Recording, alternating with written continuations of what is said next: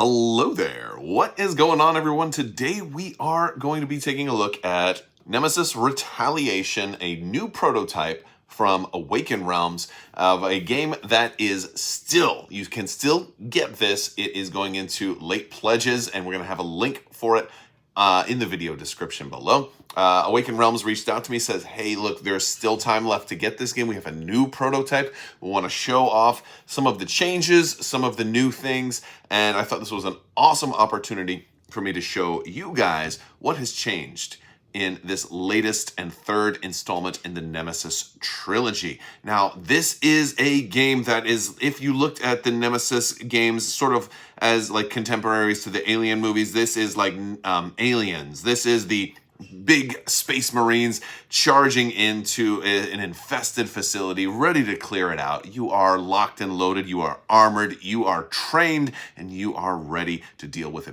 big alien infestation. So what I want to do is I want to show you guys some of the things that make this game stand out, what makes this game new and different. And if you're interested, if you like what you see, there's going to be links in the video description below. You can check it out for yourself and still get in there with a late pledge and get this thing over at Gamefound. So with all that being said, also I'd love to have you stick around, click that subscribe button if you want, the thumbs up, like, share, the bell for alerts, all that great stuff, and links for like our Discord and social media in the video description below. And that's a mouthful. With all that, let's go ahead and jump into this game. The first thing I want to talk about is the player dashboard, which is definitely upgraded from previous versions. You have a lot of really interesting parts with this. Any different character that you're going to play, there'll be a character draft like with other games. You'll have a player number like other games. That player number will also go under your backpack on the other side, visible to other players. Now, this isn't necessarily for player order. This is just a way to indicate which player number you are, because there are going to be certain objectives that might say somebody wants to kill player number 1, and they need to know who that is. So that's definitely one of the hidden objectives. So there's a lot of different characters, and they all have different rank. Different little extra pips here for rank. So we're looking at the combat engineer here, who's fairly high ranking. That is going to be referenced by other cards and different game mechanics that reference players' ranks. You're also going to have a little hotbar of different things that you can do, all your actions. The A symbol here is going to be for action cards. You're going to have your 10 action cards, and these are going to correspond to whatever character you're playing. So if I'm the combat engineer, I'm going to have my 10 combat engineer action cards. This is very standard with Nemesis as we've seen so far, but there are some new changes, like we have reaction abilities that can potentially happen, and there's other new things here down as well. For example, once we start to take wounds, we're still going to have roughly the same amount of wounds that we would normally take here, but we also have different categories of healthy, injured, and heavily injured, and then of course dead. And as we take serious wounds, they are going to slide up in here. And even if we're healthy, if we take a serious wound, that card is going to slide up in here and push this all the way there. And now we can no longer be healed into that section anymore. So that is that's an interesting thing. There are also as an oxygen holder built into the side here. We're going to have to keep oxygen. This facility starts out with life support systems disabled, and so we can potentially turn the life support systems back on. If we end our turn in a section that doesn't have life support enabled, we're going to take down our oxygen by 1. But that's not to worry, because we have various tokens in our tactical belt which we can use as possible actions to use inventory. We have everything from medical to grenades to extra oxygen and extra ammo. Ammo is also going to go on weapons like our tactical shotgun here, which is going to have a slot for ammo. But some weapons will have slots for grenades, and some slots will be universal as well. The ammo tokens are going to have 2 sides. They're going to have a full side like this, and then they're going to have a partially used side like that. So kind of ammo has 3 different states of it's full, it's depleted, and then it's gone. And we're going to get more into that when we talk about how combat works here, because it's very different. We have our left hand and right hand, which are both going to be up in the top left corners, which we can put heavy items in, items that have to be held in our hand, and our backpack is now going to slide above like that. So that's the character dashboard. Now, also our different actions that we're going to be able to take are going to be listed here. We can play a card. For one card, we can move, we can place a secure token, which is a new type of token that we have. When we move into a room, it's kind of like a careful move where we can make a careful move that places one of these, but we can also place one in a room we're already in. And this lets us partially secure a room, and that this way, if intruders come into it, then their first attack, it kind of helps you defend off the first attack, and then that would go away. Then you can shoot. You can do a burst, which is a second type of shoot that happens in a corridor. We'll talk more about that. Melee attack, use an item, activate the robot. We'll see the robot in a little bit. Trade with players, and then use our tactical belt. If we want to discard 2 cards, we can use the room ability of any room we're in, or we can do a careful move. Now, you're not actually doing a careful move in the sense of other ones where you wouldn't be able to worry about your noise as much. You still have to make a noise roll. Because while we are very heavily armored Marines, we are also making a lot of noise with that heavy armor that's clanking around, because we know that we're the baddest dudes on the block, and we are coming in there ready to kick some butt. And we don't really care if the aliens hear us. In fact, we want them to hear us so we can shoot them. So when we spend 2 cards to make a move, it's not really a cautious move, but it is a move that's moving in and placing a secure token at the same time. So it's still 2 cards, and you could always do a move and place a secure token, but that's 2 actions. So if you wanted to double up and do your 2 actions and then still be able to do another action, it's the useful thing for that. At the start of the game, characters are going to be given a private objective and a mission objective, and these are going to talk about how we win the game. Of course, there's also going to be a mission task that gets dealt out, and this is going to be random. This is going to say why we're here. In other versions of Nemesis, you just had to make sure like the ship got home or that the facility didn't blow up.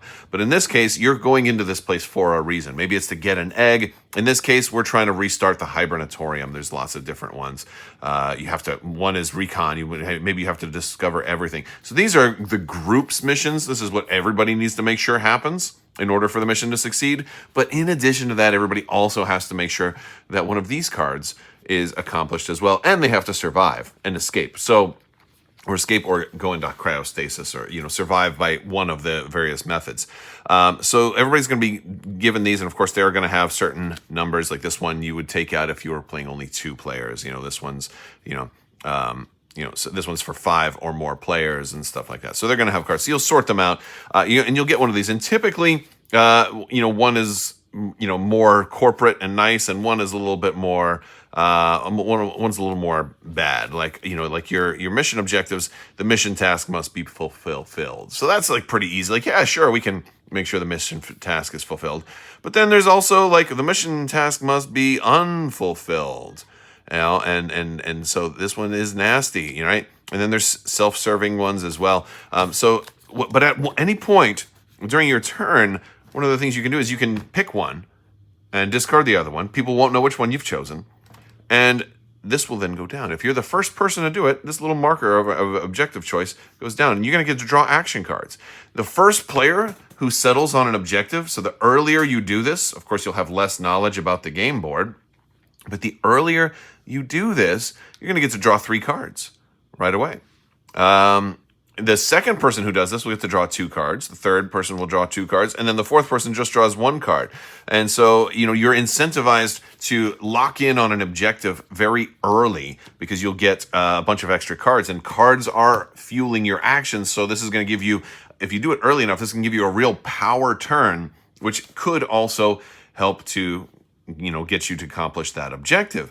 At the same time, it also does kind of cement you into a specific route for victory. And if you do it too early and like, oh, I have to make sure that he doesn't survive, and then you realize later on, oh, he's so far away from me, I have no way to kill him now. That's one of the risks you take. So I thought that that's a really cool addition to this game. So you're going to start in the landing zone here, and this is basically your entry point and also potentially your extraction point. Now, this board doesn't have everything filled in. You're kind of be exploring the board as you go along. Now, if you want to take a move action, of course, you'll discard a card and take a move action. You pick a direction that you want to go. In this case, maybe our red heavy weapons person will come down here. And what they'll do is they'll draw a card from our exploration deck. And in the case here, then we'll draw this one, and this will show us what type of room tile we play, what adjoining corridors that we connect to it, a reminder to place a secure token if you're moving cautiously, and then some potential bonus text at the bottom. It may be that nothing special happens. It may be the doors slam behind you. Something else will happen. So we're going to have some different. We're going to have different piles of cards that we're going to choose. We have our A's, our B's, our C's, and we also have some. We have some of these question mark cards. You know, and so we are still in section A, which is the far left side. So we're gonna pull one of these out.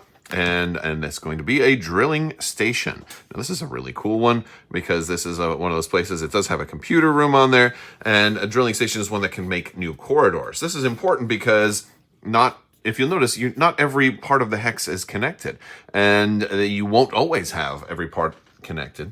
As a matter of fact, if you move into another room and you know, if it's connected to another room already, like if there was a spot over here, and this didn't have it, you wouldn't be able to connect those. And as a matter of fact, if there was already another room over here that didn't have a connection, but it was already discovered, you wouldn't be able to place that one because it connects to another room. So you can only place these as long as they go into unexplored territory. Otherwise, the idea is that room would have already been discovered. It would have already been a known corridor. So what we're going to do is we're going to grab these. We have a random pile, and we'll just be pulling these out, and we will connect where we are. We're also going to make our noise roll and do all of that. So there we go. So these happen to all be threes. The numbers here, when we do our noise roll, it'll be 3. Oh boy. So we would have to put in every room that had a 3. Since the one we came from doesn't have a 3, we wouldn't have to do that. So we put noise all there. There's already a noise token here, but we'd also have to resolve, and we have the same noise tokens that we had from before. And we're also going to place 4 adults in the corridor we just passed through. So we have these awesome miniatures, and we'll place those 4 adults. Now, the interesting thing here is we've got corridors. Corridors is a new part of the game. Now, characters won't actually end their movement in corridors. They just pass through them, but intruders will often hang out in corridors. And here is an awesome way to showcase some of the new mechanics, because we do have the ability to attack like normal with a red die, although attacking works a little differently in this game. But we also have the ability to burst with this purple die. And bursting is using a lot more ammunition. It's sort of unloading and going straight Rambo mode into this corridor, because in this idea, the aliens don't have a desk or a computer to hide behind. They're kind of all coming down the corridor at you, and you're going to be able to shoot them. And since they're it's like shooting fish in a barrel. And so in this case, what we'll do is we'll use her big freaking gun. So to make a burst roll, first thing we're going to have to do is we're going to have to spend an ammo. Like I said, we're using a lot of ammunition when we make a burst fire, so we're going to flip one of these tokens upside down, and so now it's expended, and that's to roll this purple die. Now, when we're rolling the purple die, whatever number we land on, that is how many wounds we're going to dish out in here. Adults only have 1 wound. If we have any of the drones, which are the larger ones, they're going to be 4 wounds, and the queen has an awful lot of wounds, so we're gonna have to do a whole different system as we assign wounds to the queen. If she is out, she can take 5 wounds, and then you pull a card, and maybe she's halfway dead, maybe she's nowhere near being dead, and then you keep doing that over and over again. So she could have about 20 wounds on her very easily. But for the most of everything else, it's 1 wound each. So what we'll do is we'll roll the die. We got a 1, but her BF gun treats 1s as 2s. So that would count as 2 wounds. We would take 2 of these intruders off. They don't leave corpses in this, and then we could go ahead and do that again, but not during this turn because we moved and then we're shooting. So we'd have to wait until another action, but we did get 2 of these guys dead. Maybe our engineer here could then burst and come in the same way. But I want to talk about what happens if an alien spawns in the room with you. So if there's an alien that spawns in the room with you, you're going to roll the red die. Now, this is a smaller, more targeted attack, so you're not just, going full clip. So you don't actually have to spend an ammo to fire at an intruder that's in the room with you. You're going to roll this die, And well, if you get this symbol, it does cost an ammo. It's like that was the time that you shot a little bit more. But any other symbol, including this one, which is an automatic kill, is not going to cost you ammo. And basically what you're looking at is you're looking for a number. You're always hit, right? You're always going to put a wound on there. But if the number is equal to or less than the number of wounds that are already on the intruder, then you are going to kill them. So let's just say I rolled a 4. All right, I'd miss, I'd put a wound on there. I attack again, so I attack again, and I roll a 3 this time. I miss, I still have that. On my following turn, I attack one more time, and I get a 2. Well, all of a sudden, boom, that's a very good option, and now I can kill them. There are some other extra weapons like the shotgun that will deal an extra damage, so you don't have to do that. There's other weapons that put a wound on before you roll your die to make it more likely to kill. And then there's other things that treat certain results as other results. And so some weapons have, convert other results into automatic headshots and automatic kills. So that is important. As we're talking about special results, I want to also talk about on the burst die. When we're doing our burst shot, there's also an exclamation mark that can also trigger special things. Like on this BF gun, if you get an exclamation mark, it breaks your weapon and then you have to repair it. So you don't want to do too much of that. Let's talk about noise rolls for a moment. So we were talking about noise that's in corridors. If I happen to make a noise roll and I get one that already matches a corridor already, we're going to spawn intruders and they're going to show up in the room. Now, in the case of spawning intruders, we're going to be pulling from the bag here. So this is another thing that has changed. So we would pull an adult. And if we're getting one in the room, usually it's just one. If it's going to be in an alleyway, there's also going to be a number in one of the hallways. There'll be a number for how many. But in the case of one showing up in the room, it's just going to be one that shows up and attacks me. Or if it were in a specific corridor, like if it was in this corridor, then it'd be like 3 adults that would show up in that corridor. So there's different game mechanics you're going to call for different things. Sometimes it's in a corridor, sometimes it's in the room. It does depend on what the die roll is. If you roll the intruder attack, if you roll this symbol here, that means you get one right in the room with you. So you wouldn't worry about the number. But the symbols that we used to have for all of the different intruders has changed. So you used to have like a number of like C's or interconnected C's for queens, and then like a little like a semicircle for larvae and adults. And now with this version of the prototype, they've changed them to actually be pictures of the model. And I think that's actually a pretty good idea because it does make it a little bit easier to see, okay, that's an adult there. Okay, great. That's the queen there. And this is a drone. And I could easily see you thinking that maybe he was just a fancy sculpt for an adult. But you're going to have so many models, it might get confusing as to what's what. And so that is a nice little change that they've done here, which is a little different from things that I've seen before. You can eventually find rooms that do control actions over the stations, like life support, which you can use to change your life support token to working. And the big thing with that is that once life support in Section A is working, anytime you end your turn in Section A, you no longer have to lower your oxygen counter, which is a good thing. Now, it doesn't refill your oxygen counter because those are compressed air, but it does mean you won't have to partake of that. You're also going to have a robot up here, and there's going to be a different robot for every game. There's a lot of different robot cards, and he's going to be a little robot miniature. And the cool thing is they're going to have like different versions where you can put, depending on what type of robot he is, you can put like different little inserts into there. So that's a pretty cool thing. But your robot is going to be able to be somebody that you can move around.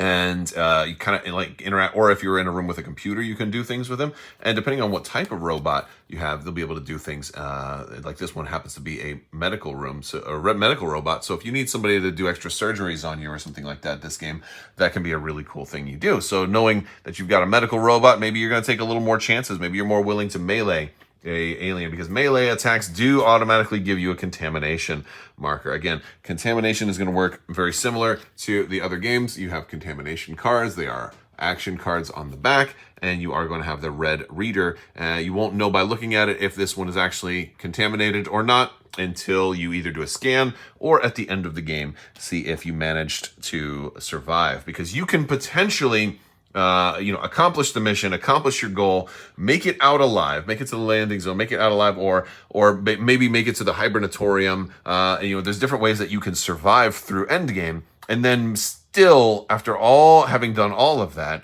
you may still die because you may have a contaminated card that's infected and basically a little alien bursts out of your chest. So at the end of each round, you're also going to flip an event card, similar to other Nemesis games that are going to say different things that are going to happen. And these can drastically change the pacing of the game. There is also Prime Blood attack cards. These are the aliens that are the intruders that are the starting ones for this version, but there are other ones as well. There's a Neo Flesh Cult, which we haven't dug into yet, which we'll probably cover in another video. But the Prime Bloods, this is very similar to how you would be attacked normally. If you're attacked, you'll pull it out. If this is a queen, the drone, or an adult, you'll get hit. If they're not, if it was a brood, you would have missed that one, right? And so different things are going to happen according to whatever type of intruder is attacking you. If you're leaving an area that has intruders in them, you're going to get, attacked as you leave. I also want to talk about the queen and how you can kill her, because she is a lot more difficult. She basically has to take 5 hits, and then you pull one of these cards. These are actually her health, so she's got a lot of these. And what would happen in this case, you would discard 3 additional cards, and then you activate the queen. So then, 3 cards would go away, and then that would be like a strong hit, because then she's only got, only got that many cards left. But then again, you could end up with a discard 0 additional cards, and she might be a super tough queen. And there's a lot of different cards in there and different events that can happen. And this is all lives on the C dashboard, which also has the life support for Section C, as well as the eggs that are represented via the nest, which is one of those Section C tiles that you can find. So once the round counter does reach turn 10, the shuttle is going to come back, and you can potentially board it. You still have to make a noise roll to get off. This is one of the ways to escape. There's also an escape shuttle. There's also the hibernatorium and various other ways to potentially win. Although I think the escaping off of the shuttle is the most popular one and the most likely. However, I failed to mention one important thing, is that the facility does have anti-aircraft guns, which are going to, you don't know if they're going to be armed or not, so these are going to be kind of randomized. Of course, there are computer terminals and ways that you can check the status and set them to whatever you want, but once the end of the game has come, if nobody's checked it, you don't know if they're armed. And in this case, they were active. So you might thought you were about to escape, and then as the shuttle comes into land, the AA guns activate and fire at it. And if only you had checked and set them to inactive, or maybe somebody did set them to inactive or set them to active and only told you that they were setting them to inactive. And that is some of the highlights of what is new this time around with Nemesis Retaliation. Hopefully you guys enjoyed this video. If you want to learn more, check out the links in the video description below. I want to thank you guys so much for watching. Big thanks to Awaken Realms for sending this out. And I can't wait to get some more games in, because Nemesis, the original, was one of my all-time favorite games. So I am really excited to see what weird possibilities and outrageous events that result from our games with Nemesis Retaliation. I want to thank you guys so much for watching. Big thanks to my patrons. You guys are amazing and help make this channel possible. Thank you for your continued support. I will talk to you later. May the Force be with you. Live long and prosper. Be excellent to each other. Party on, dudes. And always wash your socks. Your socks are so dirty.